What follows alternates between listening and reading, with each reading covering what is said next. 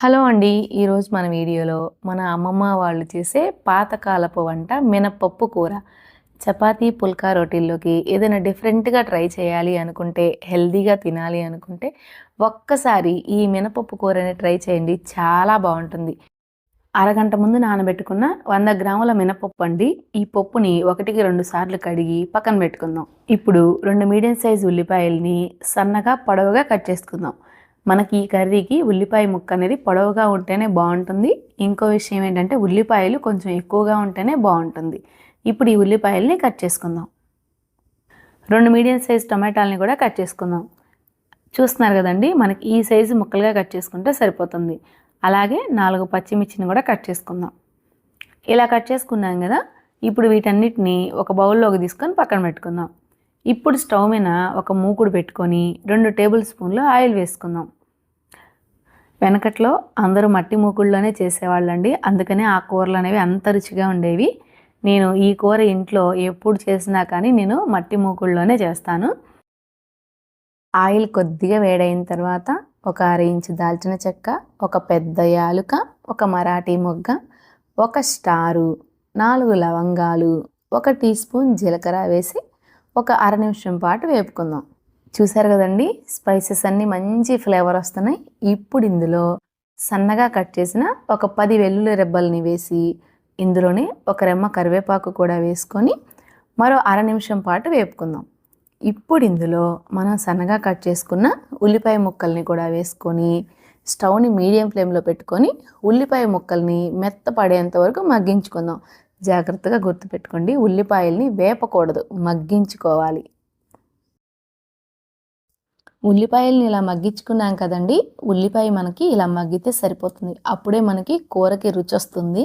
ఇప్పుడు ఇందులో 1 table spoon ఉప్పు, 1/2 టేబుల్ స్పూన్ పసుపు, 1 టేబుల్ స్పూన్ కారం, కట్ చేసి పెట్టుకున్న పచ్చిమిర్చి చీలికలు, టమాటా ముక్కలు, మనం ముందుగానే నానబెట్టుకున్న మినపప్పుని నీళ్ళన్నీ వార్చేసి వేసుకుందాం.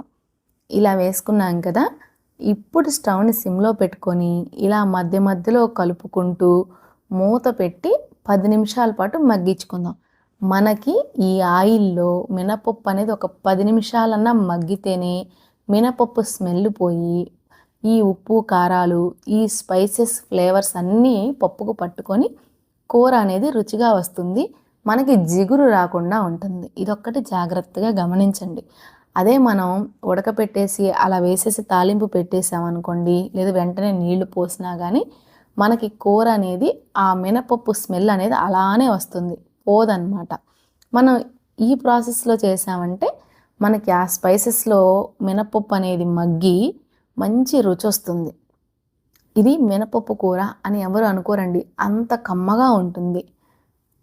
ఇప్పుడు ఒక 10 నిమిషాల పాటు మగ్గించుకుందాం. 10 నిమిషాలు ఇలా మగ్గించుకున్నాం కదండి, అబ్బా మూత తీయంగానే ఫ్లేవర్ అద్దరిపోతుందండి. ఇప్పుడు ఒకసారి కలిపేసి ఒక 1/2 లీటర్ నీళ్లు పోసుకొని 1 టేబుల్ స్పూన్ కసూరి మేతిని కూడా వేసి మరొకసారి కలిపి మూత పెట్టి మీడియం ఫ్లేమ్లో ఒక 10 నిమిషాలు ఉడికించుకుందాం. మనం ఈ కర్రీలో అల్లం వెల్లుల్లి పేస్ట్ కానీ, కొబ్బరి కానీ, గరం మసాలా ఇవేమీ అవసరం లేదండి.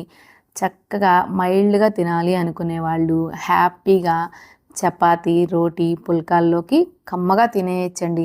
ఆరోగ్యానికి ఆరోగ్యం, రుచికి రుచి. మనం ఎక్కువ స్పైసెస్ అనేవి వేయలేదు కాబట్టి పొట్టకి కూడా హాయిగా ఉంటుంది. 10 నిమిషాలు అయిపోయిందండి. చూశారు కదా, గుమగుమలాడే మినపప్పు కూర అయితే రెడీ అయిపోయింది. మరి మీరు కూడా నేను చేసిన పద్ధతిలో ఒకసారి చేసి అది ఎలా వచ్చిందో కామెంట్ సెక్షన్లో చెప్పండి. ఈ వీడియో కనుక మీకు నచ్చినట్లయితే ఒక లైక్ చేసి, షేర్ చేసి మన ఛానల్ని సబ్స్క్రైబ్ చేసుకోండి. మళ్ళీ మరో మంచి రెసిపీతో మీ ముందుకు వస్తాను. Thank you.